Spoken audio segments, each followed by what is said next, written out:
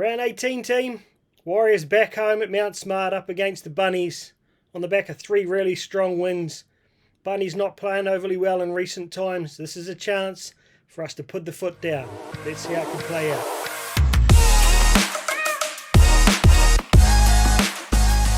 Hey team, welcome back to the Warriorholic. Time to take a look at the Warriors up against the Bunnies here in Auckland. First time for a few weeks now. The boys will be fizzing. The ground's been sold out for almost a week now. Just such a buzz around the team up there in Auckland. So, we know how that impacts on the emotion of some of the players, particularly like Shaun Johnson. So I expect the boys to come out and really have a big one. If you look at both teams here in our recent history, or over the history, 37 games in total played. They've won 20, we've won 17. So they're slightly on a winning edge there. Be nice to get one back on them. I think we've lost something like 9 out of the past 10 to them. Definitely lost the last 2. So it's not been ideal over recent history. That said, two very, very different teams than we've seen over the past few years. So if you look at this season's form as a whole, we've had the 9 wins from 15 games. They've had 9 from 16. So basically the same. The percentage is slightly different there because I've played the one more game. For and against, we've had 340 against, 4 and 276 against, which is plus 64. They're 388 for, 314 against, which seems pretty good. But if we take a look at the past 5 rounds, we've had the 4 wins from 5. They've had 1 from 5. We're 168 for, 78 against for a plus 82. They're 126 for, 164 against for a minus 38. So on average, we're at the moment, over the past 5 games, we've been winning like 32 to 16, like a plus 20 average, whereas they've been losing 25-33 on a minus 8 average. So recent form tells us, particularly with Latrell still out, Cody Walker sort of struggling to dominate a game without him. There's no reason we can't put one over these guys, but they will be up for it. They've still got some of the best players in the comp, State of Origin stars there and the like, so we're going to have to be on our game. But I don't think there's any reason we've got to be intimidated by what they have to offer. So if we look at some of the other stats here, completion rates, we're both sitting, we're 79, that's 76%. Tackle efficiency is both sitting around 88%. Average points scored 22 to 18 for us, 24-19 for them. But again, that's a very different story, as I mentioned, in recent times. And the play of the ball speed, we're slightly ahead there with 3.52 seconds versus their 3.64. But I did note up against the Cowboys on the weekend, they were on a flat 3 second average play of the ball speed. I haven't seen anything that quick all year, so we're going to have to really try and control the ruck there because guys like Cameron Murray have a pretty quick play of the ball on them. Let's take a bit of a look at the players now. So starting at the back as always. So we've got Chance up against Blake Taaffe. 2 very different players. We've got a guy who's just top class, probably in the top 4 or 5 fullbacks in the comp this season, versus a guy who's a bit of a filling a gap there for Latrell while he's out, and that's reflected in the fact that Chance is running 190 metres on average versus Taaffe is only around the 90 mark. Chance has played the 13 games versus 6. Tackle efficiency, Chance is pretty good there at 87 versus the 71, but I think these outside backs, you got to take those percentages with a grain of salt because they don't make a lot of tackles. It may only be 4 or 5 a game, so you miss 1 or 2 tackles. That has a really big impact on your overall percentage compared to someone in the middle there. Tackle breaks 57 versus 36, so Taaffe's got a lot of tackle breaks considering the limited amount of games he's played. Line breaks 4, try assists 4 for Chance here, and 2 each for Taaffe. So he's not a bad player, but I don't think he's any Latrell or he's not a Reece Walsh. So I expect Chance to dominate this one, particularly with his real increase in ball playing, getting out in the back line there, sort of getting inside the centre, distributing to the centre or directly to the wing recently. So I look for Chance to continue to have close to a man of the match performance again and dominate this matchup. Next up, we've got another couple of in-form players here, and Dallin. He's only played the 9 games versus 15 for Johnson, both sitting on 12 tries, interestingly. So, Johnson's known for being a try-scoring machine. So, if Dallin can try and control him here, and we control their left edge, it could go a long way to sort of limiting the amount of points that the Rabbitohs are able to score, because Johnson's generally their go-to guy there. 171 running meters versus 114, so obviously Dallin's getting through a bit more of the leg work there. Johnson's getting a little bit older there, so probably not designed to be smashing the ball off his line as much as our backs do.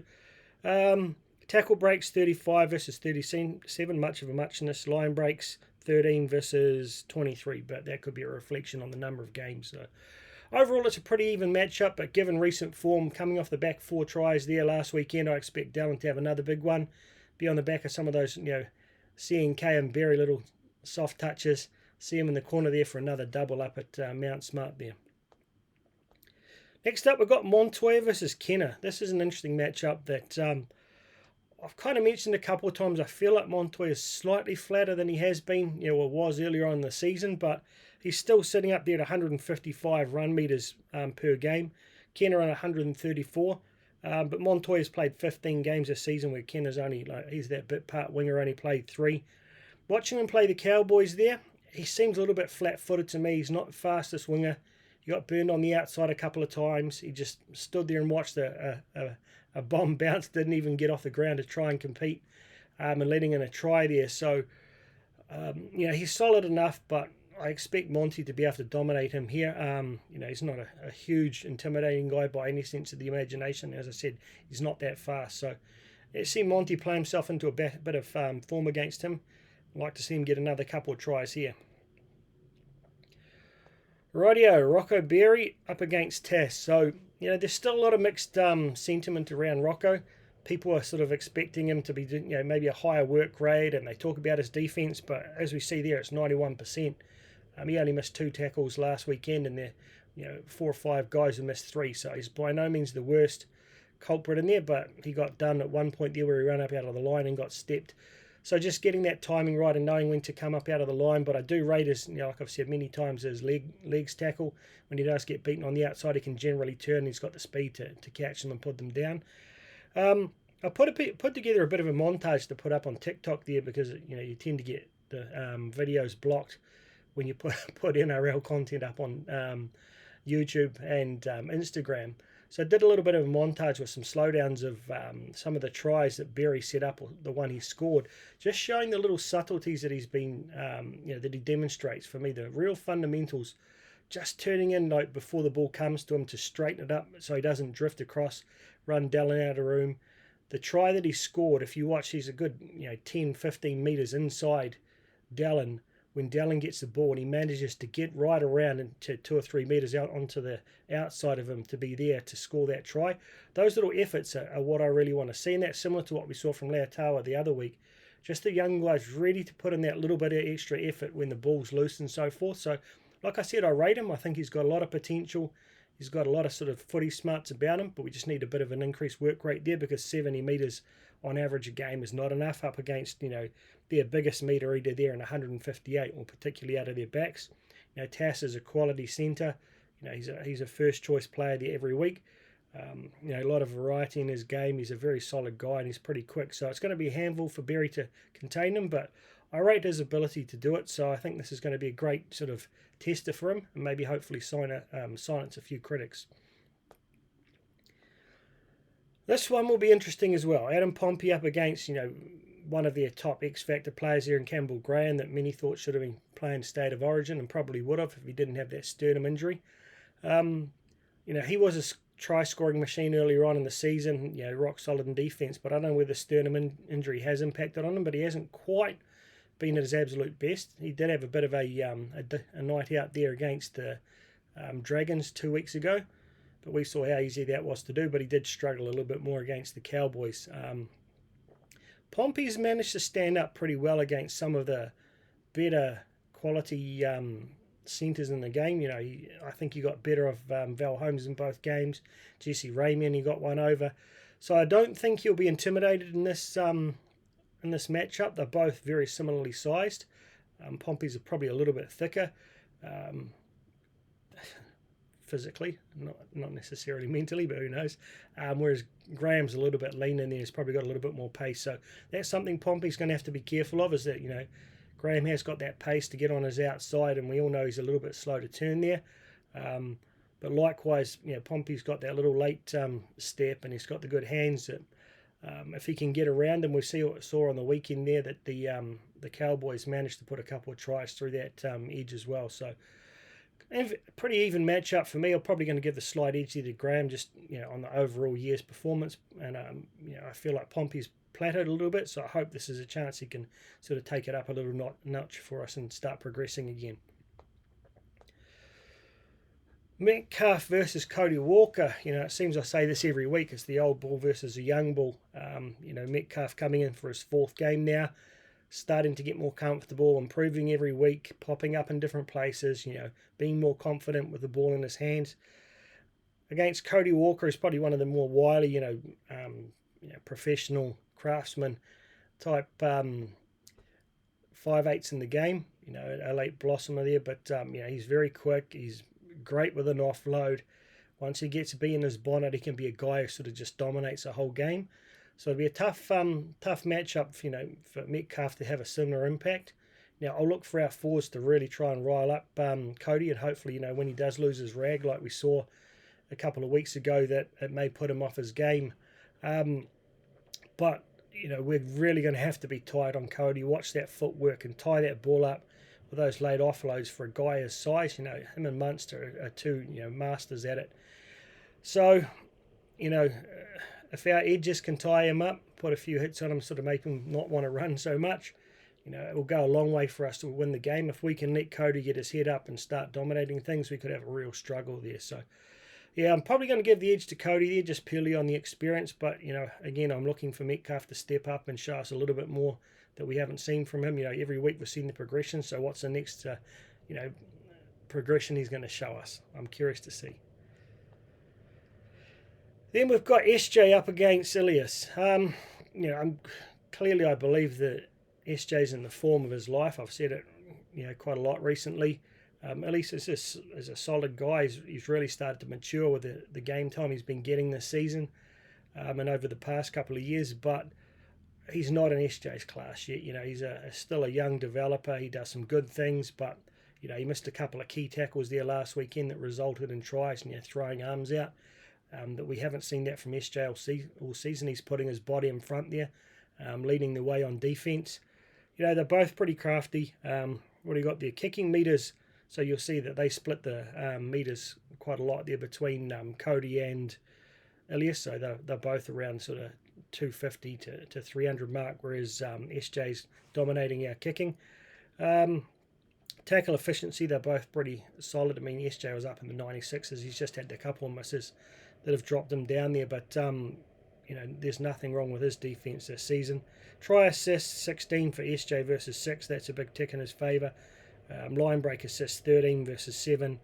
And what do we got there? 6 tries versus 3. And I guess this is probably an indication that SJ is very dominant in our attack, whereas they tend to maybe have Cody dominate a little bit more, and Ilias is a bit more of a drive around kind of halfback. But it'll be an interesting battle.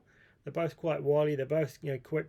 They're both pretty solid. So I expect SJ to take it up to another notch. Being at home there in front of that sellout crowd, I'm sure the emotion will ride him home to a close to man of the match performance. So let's look for him to win that battle. Right, this is where I think we have got an advantage. Traditionally, you know, Souths have had the really strong forward packs, but they've been dominated over the past 5 weeks. So this is where it'll start. AFB, be here, 15th game, up against Totola. He's in his 11th game. 166 average running meters, but up around the 200 mark every week over the past 5 weeks for AFB versus 123 there. Post-contact meters, you know, light and day, they're 910 versus 517. Both really good defenders with high tackle efficiency. Tackle breaks 45 versus 8, and 5 tries versus none, which shows you that, you know, the impact Adam is going to have on a game versus Totola. You know, he's a hard worker, he's a grinder, but you know, he's a bit more like Bunty, I guess. he's not going to be running their pack in any sense. So look for AFB to completely dominate that matchup. Speaking of my man Bunty, so he's in for his 15th game of the year, up against Celia, who's 13th, 59 metres for Bunty, but again, he's playing around the 15 to 20 minute mark at some stages. Post contact 300 versus 110 and 587 post contact, so Sally's getting a lot more offence there. Defence, they both got high, up in the 90% defensive rates, but like I've said it before, Bunty last week was something like 31 tackles in 23 minutes at 100%. They're just the ones where he's been counted for as the main tackler, but he's tackling 4 or 5 tackles a set. He's involved in 4 or 5 tackles a set. So I think that's one thing we just have to realise, that Webby obviously sees that benefit in having him out there taking up the initial slack with the defence and sacrificing a little bit there on attack. But we've seen both of our edge forwards really step up in that respect and start making bigger meters to compensate. So I think it's all about using who you've got and using them at their own strength. So interesting here. I mean, I don't know enough about Selly to sort of say one way or the other, but I think it'll be a relatively even matchup, and I doubt very much either of those guys are going to really make a statement on the outcome of the game. But again, I'd love to see Bunty sort of step up and have that surprise me kind of game. This one will be really interesting. A guy who a lot of question his ability to take a team deep into the finals in Egan, but we've seen this season he's just really stepped it up in a class and shown that he's in that top tier now. Up against a guy in Cook who's had a few ups and downs this season, been dropped for State of Origin, brought back and played in the centres, made to be look a little bit silly. He'll be sort of hurting from that, but I just don't think he's played his best footy this season. Age is probably starting to catch up with him, but he's 16 games into this season, plus a couple of State of Origins there, so he's going to be pretty tired. I noticed he had a hamstring strap on last weekend, so he could be carrying a bit of an injury there as well. But average running meters, we've got 51 meters there versus 65, both mid-90s tackle efficiency.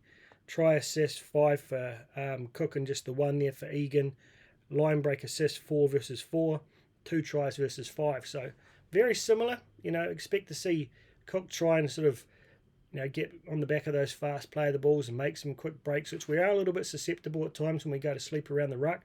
But we have been a bit better in that over the past couple of weeks. Look for Egan to do the same back to them when we can get a bit of a roll on with our forwards. Again, looking for him to start linking up a little bit better. But yeah, I think this is going to be a really interesting one. I'd love to see Egan come out of this on top and really be able to make a statement that he is in that top 3 or 4 hooker class in the comp. He may be still just a little bit below them, but here's a chance to prove that he is actually up there. My man Ford up against Kalamatangi. So, I think we saw Ford have a really strong start to the season there. Had a little bit of a rough period there with his errors and his penalties and so forth. A couple of sin bins. But he had a statement game last week against St George, and I really expect him to kind of keep taking that now as a way to ignite his progression. He's running it a lot more. He's much more involved. He's hitting the line hard. Just his energy areas around the park to get up there, chase that kick, to rip it off Dylan, to get his try, pouncing on loose balls and the like. His tackle efficiency's risen quite significantly over the past couple of weeks. Error rates have dropped. So, his running was down around the 70s, up around 100. He's had a couple of well over 100 plus weeks in a row now. So 133 there from Kalamatangi is not so different. Line breaks here 5 apiece. Tackle breaks got 26, 28, 3 versus 4 tries. Now what I did notice is, I've always been a fan of the Kalamatangi kind of big, fast, high impact ball playing second row, and I've talked about maybe that's something we need into the Warriors, but we've kind of just proven how we've got our edges working now. And watching Kalamatangi on the weekend, he got smashed a couple of times. Guys just ran through him and he threw out an arm, like sort of an arm grab, attempted a tackle that resulted in 2 tries. So look for us to really hit those holes just on the inside of him. He does, he starts to drift a little bit quick, and we get that change of direction, and someone getting on his inside shoulder tends to just go straight through with the arm grab. So I'm very sure if I noticed it, that Webby will have noticed it. So look forward to be hitting some angles on him and hopefully running straight through him as well. So I'm going to give this one slightly to Ford purely on his past couple of weeks' effort. But it will be an interesting one. So Josh Curran, interesting week for him. Must have been playing in the back of his mind with this court case over the past 6 months, but that all got cleared up this week. Equivalent of diversion, where he's effectively, if he doesn't reoffend, he's got no record there, so he's free to go about his business. So that'll be a huge relief for him. Getting the start, after probably not getting the minutes he's been looking for recently off the bench there. A chance for him to make a statement and say, hey, I know Marata's playing the best footy of his season. I'm here as well. I'd love to see him sit up, and Cheekham hasn't had a huge amount of footy either. He's just coming back into the team. He's a little bit of a bit part player as well. So if you look at the stats, 92 versus 58 running meters. Neither of them are huge meter eaters, but I think that's both of them are generally playing off the bench with limited minutes. Tackle efficiency both around the low 90s there. 4 line breaks and 12 tackle busts and 3 tries for Curran versus no line breaks, 6 tackle breaks and no tries there. So you got to think Curran's going to win this one on an NG rate. Cheekham's an average player. Some from other clubs might think similar about Curran, but I think he's just really going to come up and make a statement this week that he wants that starting jersey. He can play with a sense of freedom now that he's secure, and he knows he's not going to jail or not getting charged in a way that might limit his ability to play footy. So look forward to him have a breakout game this week. Then we've got a really interesting matchup here, an old bull versus a younger bull. The two captains here, Tohu up against Murray. Murray's been struggling with a few injuries. We know he's got that groin thing going on. Tohu's struggling with knees. But if we look at the stats, very similar there, 132 metres versus 128, nothing in that. Both mid-90s defence. Average number of tackles is 40 for Tohu versus 33 for Murray there. Tackle breaks, Tohu's only got 8, which is kind of surprising for me, versus the 21 for Murray. We know that's because he's a little bit quicker potentially, but they're both ball players. They're heavily involved. They get through a power of work.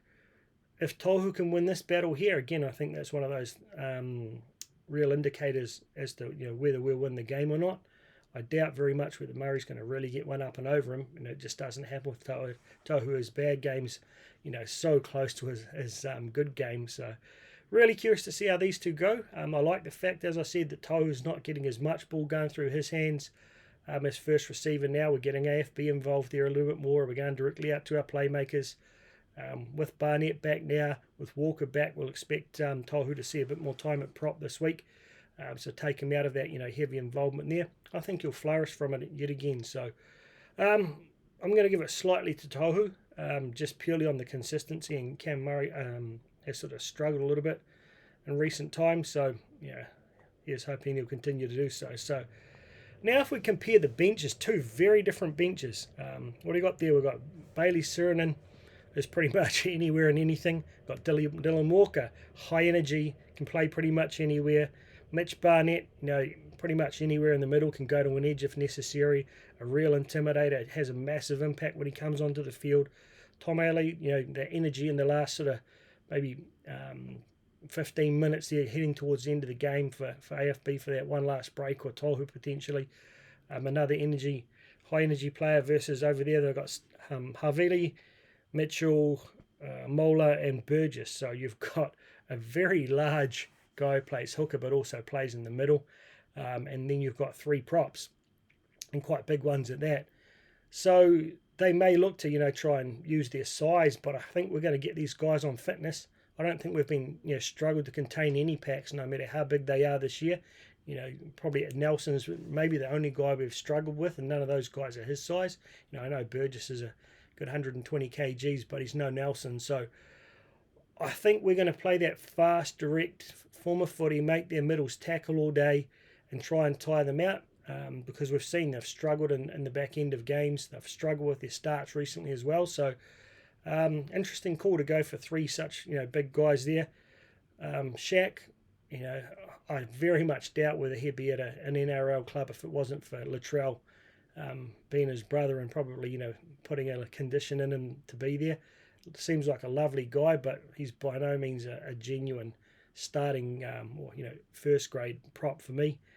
Mola, not bad. Burgess, it's strange they've got him off the bench because he's close to a starter, but maybe they look to bring him on when the opposition's tied out. But for me, our energy, our versatility takes it there. They get one injury in the backs, they've got no cover there. So this is a pretty exciting bench for me that I think we're clearly going to win. So overall, how we see it, just to quickly reflect the things I saw in the couple of highlights I watched from the Rabbitohs is they missed 41 tackles last week versus our 27, and 27 was quite high for us. A little bit disappointing, but 41 tackles. They're struggling to diffuse the high balls at times, particularly with Taff at the back there. He's not the biggest fullback. I think Kalamatangi, as much as he's a weapon on attack, his defence is a bit of a liability there. And what's that fella's name there on the wing? Kenner. I think he's a little bit of a liability as well. So I think our ability to basically play as a team, no one's actually having bad games. We're all sort of putting that energy in. We're on a high. We're playing at home. In the past, I think it's 5 weeks, they've given away 30 points. 1, 2, 3, 4 times, and the other time they lost, they put down 28 points. And in that period, the most we've had put on us is 26. So if you're just looking on the defense, similar we've seen over the past couple of weeks, I think defense is the difference. Averaging 16, I think it is now, on our against. That's world class. That's top 4, top 6 material there. So I'm quietly optimistic the boys are going to go nuts. It's a Friday game.